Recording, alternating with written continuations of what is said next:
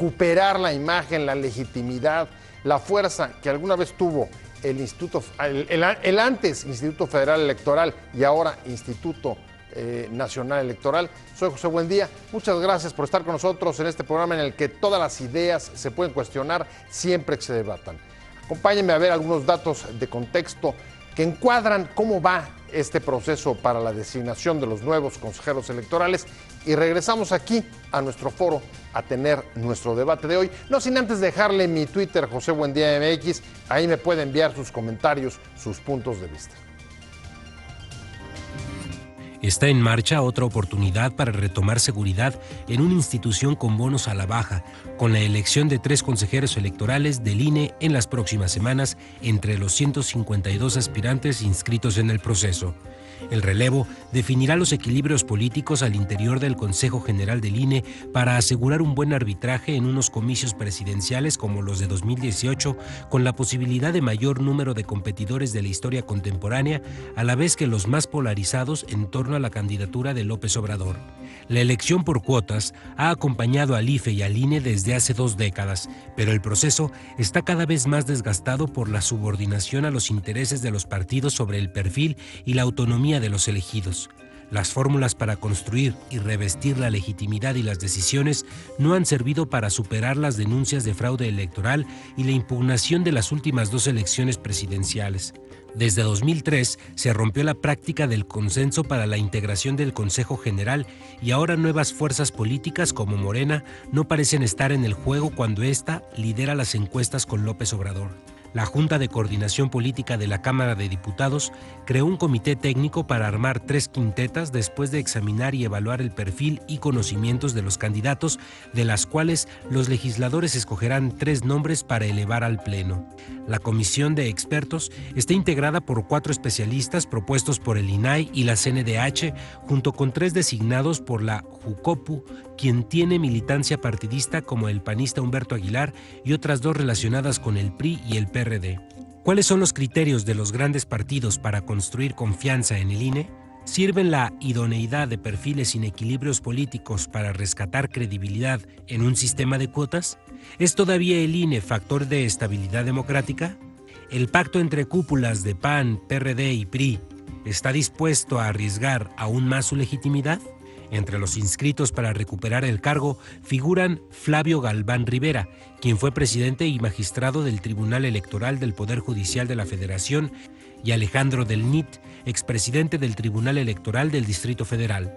La Junta de Coordinación Política de la Cámara de Diputados integró el comité técnico que recibirá y procesará las solicitudes de aspirantes a ocupar 3 lugares en el INE, y aun cuando la intención de constituir ese órgano es garantizar la imparcialidad en el proceso, los coordinadores avalaron incluir a Humberto Aguilar Coronado, consejero vitalicio del PAN y que ha hecho su trayectoria política reciente bajo la conducción de Santiago Krill. La coordinadora de Morena, Rocío Nale, sostuvo que con la presencia de Aguilar Coronado, la elección de los 3 consejeros será a modo, ya está viciada. Refirió que Morena presentó 2 propuestas para formar parte del comité a Manuel Becerra, constitucionalista y experto electoral, y al doctor John Ackerman, que fue objetado por el PRI con el argumento de que es simpatizante de Morena. El presidente de la Junta, Francisco Martínez Neri, sostuvo que en la integración del comité, que se instalará mañana y presentará a la propia Junta 3 listas de 5 candidatos, no se valoraron circunstancias de militancia política, solo el voto de los coordinadores. Debe resaltarse que 4 integrantes fueron designados por la CNDH y la INAI, y si se piensa que hay sesgo en las opiniones, el hecho de que haya una cantidad importante de miembros de la sociedad civil garantiza imparcialidad, dijo. Arrancamos con opiniones encontradas. Buena semana, buen inicio de semana. Hoy vamos a hablar de las designaciones de tres consejeros electorales de los 9 que integran el Consejo General del INE. Una elección importante porque ahí en esa clase de movimientos y de cambios al interior del Consejo también se modifican los equilibrios políticos que están presentes en ese órgano autónomo. Y para entrarle a ese tema que ha venido generando alguna polémica, sobre todo por la manera como se está desarrollando el proceso. Me da muchísimo gusto que esté conmigo, que comparta el foro conmigo, Javier Santiago, consejero electoral del Instituto Nacional Electoral. Javier, un placer, como siempre, que estés conmigo. El gusto es mío, Pepe, con mucho gusto compartiendo contigo y con tu auditorio. Y, por supuesto, muchísimas gracias a Rocío Nale, la coordinadora de los diputados de Morena, allá en la Cámara de Diputados. Rocío, un placer que estés con nosotros telefónicamente. El gusto es mío, un saludo para todos ustedes.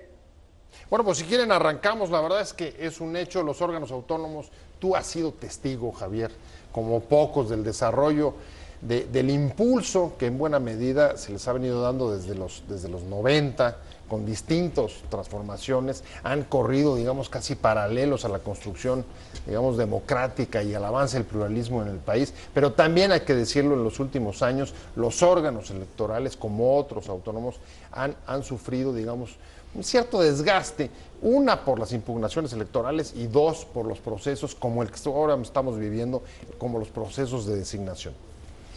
Bueno, desde su fundación, el IFE, y luego los institutos...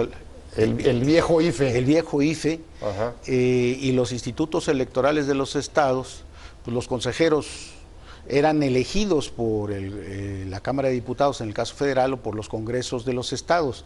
Y obviamente había un juego político, pero desde mi punto de vista se buscó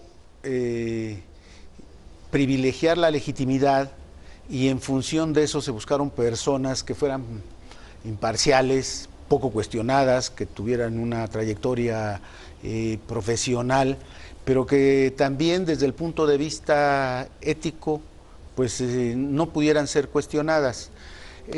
Y además también creo que, sobre todo en la designación de los magistrados electorales, los primeros allá en 1990, luego los consejeros ciudadanos en 1994, los consejeros electorales en 97, se privilegió este criterio político, pero a partir de 2003 se deterioró estos criterios políticos y en busca de la legitimidad, y principiaron a jugar otros factores con una confianza malentendida.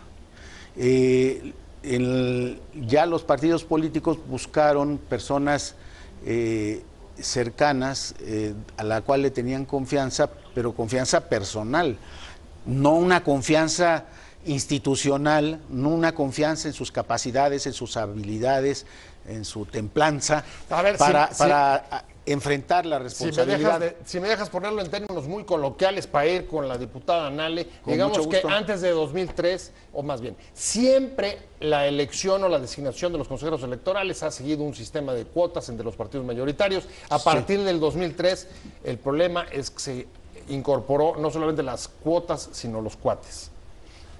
Por decirlo coloquialmente. Bueno, tú lo dijiste políticamente correcto, pero voy con la diputada Nale.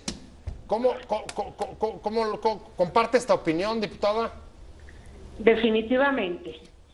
La democracia en este país nos ha costado mucho dinero y mucho tiempo en ir construyendo un sistema que nos dé garantía a todos los mexicanos. Y efectivamente la designación de los consejeros se desvirtuó al momento en que la política, llamémosle así, los intereses políticos intervinieron en la selección de los árbitros electorales. Y hoy vemos un desgaste ante los consejeros, amén del desacrédito por la actuación desde el 2006, el propio 2012 y lo que llevamos en este periodo electoral. A mí lo que me preocupa ahí, y voy con Javier, fijabas el año 2003, donde digamos se rompe el consenso. Haciendo memoria, pues ese año fue en el que el PRD, en ese momento uno de los tres partidos grandes, queda fuera y básicamente sacan a la integración del nuevo consejo PRI-PAN. Sí, se rompió la lógica de la construcción del consenso, aunque fuera por medio de las cuotas. A ver, sí. El procedimiento de las cuotas no es perverso en sí mismo. O sea, sino debe haber ciertas circunstancias y condiciones. Fue virtuoso en algún momento de la etapa de construcción de la institucionalidad electoral. Entonces, pero en el momento en que se margina a una de las fuerzas, pues entra en crisis. Pero hay un elemento más que reflexionaba yo en este momento. El modelo y lo estamos viendo ahorita, está diseñado para la presencia preeminente de las tres principales fuerzas políticas en la Cámara de Diputados. No está abierto un mecanismo para otras fuerzas partidarias. Y creo que yo veo avances en el procedimiento, ¿no? Y hay que esperar resultados, pero creo que sí hay un problema en el diseño de conformación, por ejemplo, del comité técnico. Pues hay una presencia de personas designadas por los tres grupos parlamentarios más grandes en la Cámara de Diputados, y luego están 2 miembros del INAI y 2 miembros de la Comisión de Derechos Humanos, pero habría que ampliar el espectro en busca de la legitimidad con la presencia de otros grupos parlamentarios, porque creo que es muy importante recuperar la legitimidad plena en estos procesos de designación de los consejeros, porque son muy importantes, pues porque la responsabilidad de organizar las elecciones es relevante, pues para la propia estabilidad política del país. La confianza de las principales fuerzas políticas. Voy con la diputada Nale. ¿Cómo está participando Morena dentro de este proceso? Bueno, aquí hay una diferencia de base. Ajá. Nosotros no estamos de acuerdo en que sea de cuotas. Eso está mal. Es por currículum, es la persona que debe de estar acreditada, una persona que a lo mejor no simpatice ni con uno ni con otro, pero que sea la capaz. Morena no está en contra de eso, pero sí estamos en contra de que sea de cuotas políticas. ¿Qué es lo que pasó en la selección del comité técnico? Bueno, que nosotros enviamos con tiempo y forma 72 horas antes 2 propuestas, 2 currículos. ¿Me pueden decir con base a qué podemos tomar la determinación que la propuesta que ustedes están haciendo es mejor que la que nosotros les mostramos? Estamos de acuerdo, pero muéstrame el currículo. En ese momento sacaron de Google o no sé de dónde una hojita de cada uno, y por mucho las propuestas que nosotros tenían un perfil mucho más alto. Entonces ya de ahí está viciado el origen, pero eso no es todo. La propuesta que hizo el PAN es consejero nacional vitalicio del PAN. Humberto Aguilar, ¿no? Entonces, exacto. Entonces ya desde ahí, imagínate una persona que es de un partido político, ya va a seleccionar qué consejero quiere a modo para una elección presidencial, que es la que vamos a tener en el 2018. Estamos hablando sobre la designación de los nuevos consejeros, tres nuevos consejeros electorales de los 9 integrantes del Consejo General del INE. Estamos hablando con la coordinadora de los diputados de Morena, Rocío Nale, y con el consejero electoral, Javier Santiago. Y a mí lo que me preocupa, antes de irnos al corte, nos explicaba Rocío Nale que Morena se quedó fuera del consenso, Javier, para la integración del comité técnico. Entiendo que el comité técnico se integró por propuestas del INAI, de la Comisión Nacional de Derechos Humanos, y cada de los partidos mayoritarios propuso un nombre, como recordaba Rocío hace un momento. ¿Qué impacto ves tú a que una fuerza, digamos, que en este momento es la que liderea las encuestas, no tiene gubernaturas, es cierto, es un partido de reciente creación Morena, pero tiene digamos que a su virtual candidato o a su posible o casi seguro candidato liderando las encuestas? Pues con franqueza digo que yo desconocía lo que relata la diputada, pero creo que de haber sucedido pues es inadecuado, porque debieron de haberse puesto con todos los elementos curriculares sobre la mesa, pues el análisis de los candidatos a ser miembros del comité técnico. Creo que eso debió de haber sido lo adecuado. Rocío, ¿cómo ves? ¿Qué está fallando ahí? ¿Qué falló en la integración del comité técnico? Es que, digamos, el esquema está construido como para 3 partidos y una nueva... ¿Sí? ¿Me está escuchando? Parece que se nos cortó la llamada con Rocío Nale. Sigo contigo, Javier Santiago. Claro. Y ¿sientes tú que el problema es que, digamos, el esquema está organizado como ha venido sucediendo para, digamos, el manejo y la distribución de 3 grandes partidos y una cuarta mete mucho más desequilibrios? Creo que es claro que el diseño está construido para que las 3 fuerzas más importantes en la Cámara de Diputados sean las que sugieran a los integrantes del comité técnico. Ese es el diseño. Pero el día de hoy el Congreso mexicano pues es mucho más plural. Muchísimo más plural. Totalmente. A ver, creo que tenemos ya la llamada telefónica con la diputada Nale. Rocío, estábamos comentando, ¿qué impacto crees en el país? Entonces, era el momento de abrir a la especialidad, a la academia, a los especialistas en derecho electoral, y se hace un diseño nuevamente de cuotas, pues que no te da certeza y que de origen sale viciado, como te comentaba, del propio consejero nacional del PAN, consejero vitalicio. Entonces, ¿qué certeza tienes de que va a seleccionar a una persona ecuánime, una persona conocedora del tema, y si no simpatiza con una derecha o con la ideología del PAN, pues no lo va a seleccionar? A ver, pero ahí está la clave, porque si estamos construyendo una institución que va a ser el árbitro electoral en el 2000 y a uno de los partidos, una fuerza en ascenso, como es el caso de Morena, queda, digamos, le parece que no le da la suficiente certeza, ¿cuáles un poco los costos que podemos pagar hacia 2018, evidentemente, A mí me parece que es evidente. Bueno, y ahora todavía viene otro proceso que va a estar más cuestionado. Después de que nombraron a ese comité técnico, ellos se reunieron con los del INAI y los de la Comisión de Derechos Humanos, que también salen de este mecanismo, y deciden que quieren hacer un examen a los 152 aspirantes. ¿Ok? ¿Y quién va a hacer el examen? ¿Quién lo va a diseñar? Pues este comité decidió diseñarlo, ejecutarlo y aprobarlo. Ajá, sí. Le dijimos, bueno, ¿qué va a pasar con los que saquen 10 o los mejores calificaciones?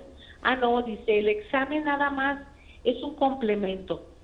Después vienen entrevistas, después viene un ensayo, como antes se había estado entregado, y luego ya vamos a decidir 15 que se van a entregar a la Junta de Coordinación Política para que ya en forma política se valore.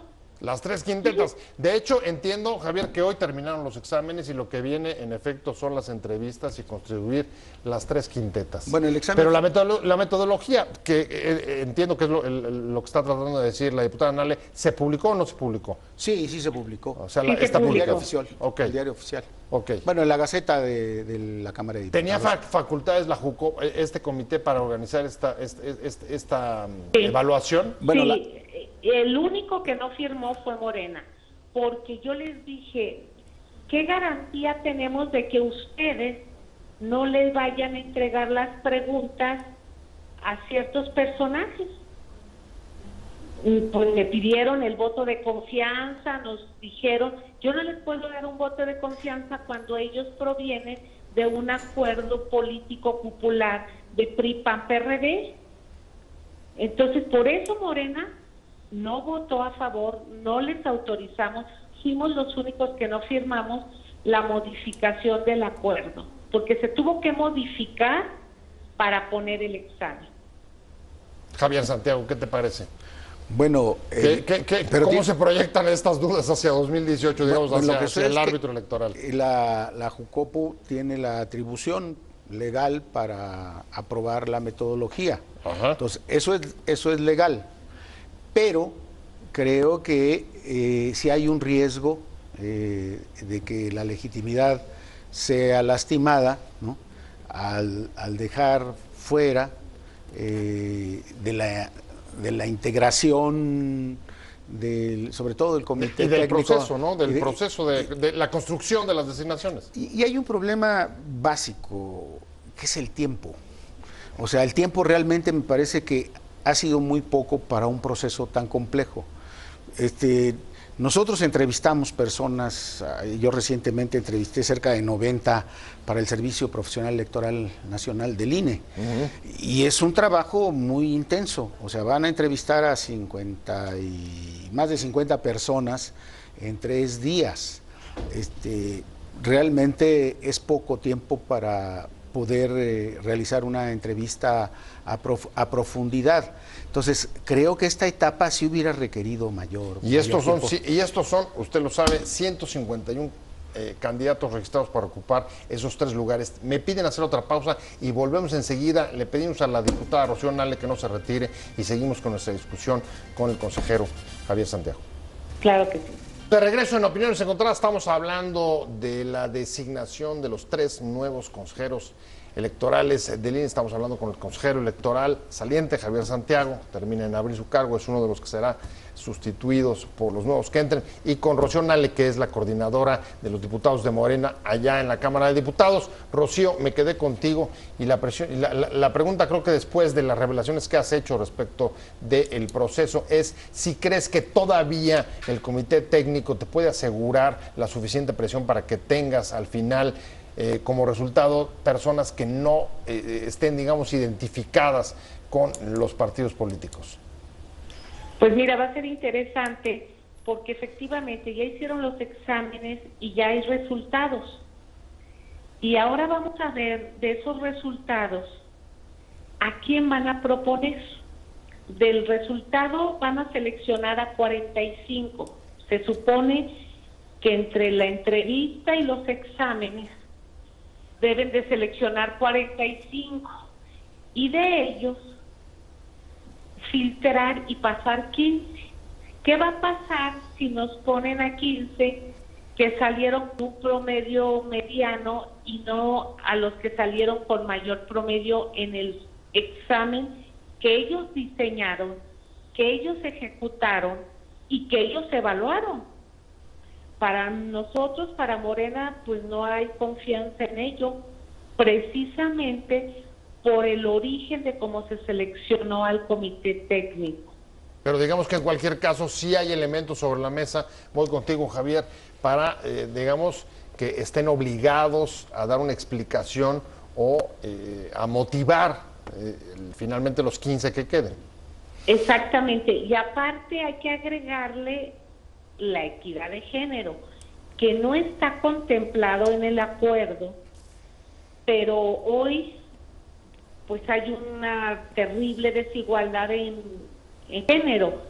También se está buscando que haya un acercamiento en la equidad de género. Sé que hay mujeres muy preparadas que presentaron examen y que vamos a ver.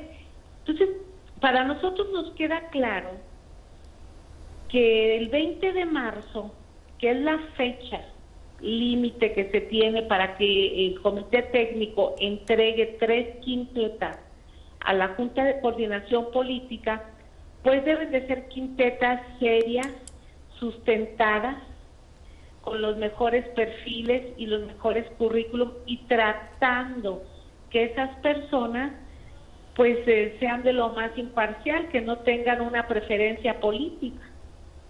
Ahí tenemos, por ejemplo, déjame ir, Rocío, con Javier Santiago, ahí teníamos en imagen al expresidente del Tribunal Electoral. ¿Podría, por ejemplo, no llegar Flavio Galván? ¿Cómo es? Bueno, esa es una... Pues es la verdad... ¿Crees que sacaría mala calificación? Es el azar, no sé. es que es una decisión política. Ajá. La que se va a tomar al final. Así es. Entonces depende de los respaldos, depende de los vetos. Ahora, yo con todo respeto sí tengo una discrepancia con la diputada. No se trata de que no tengan preferencia política.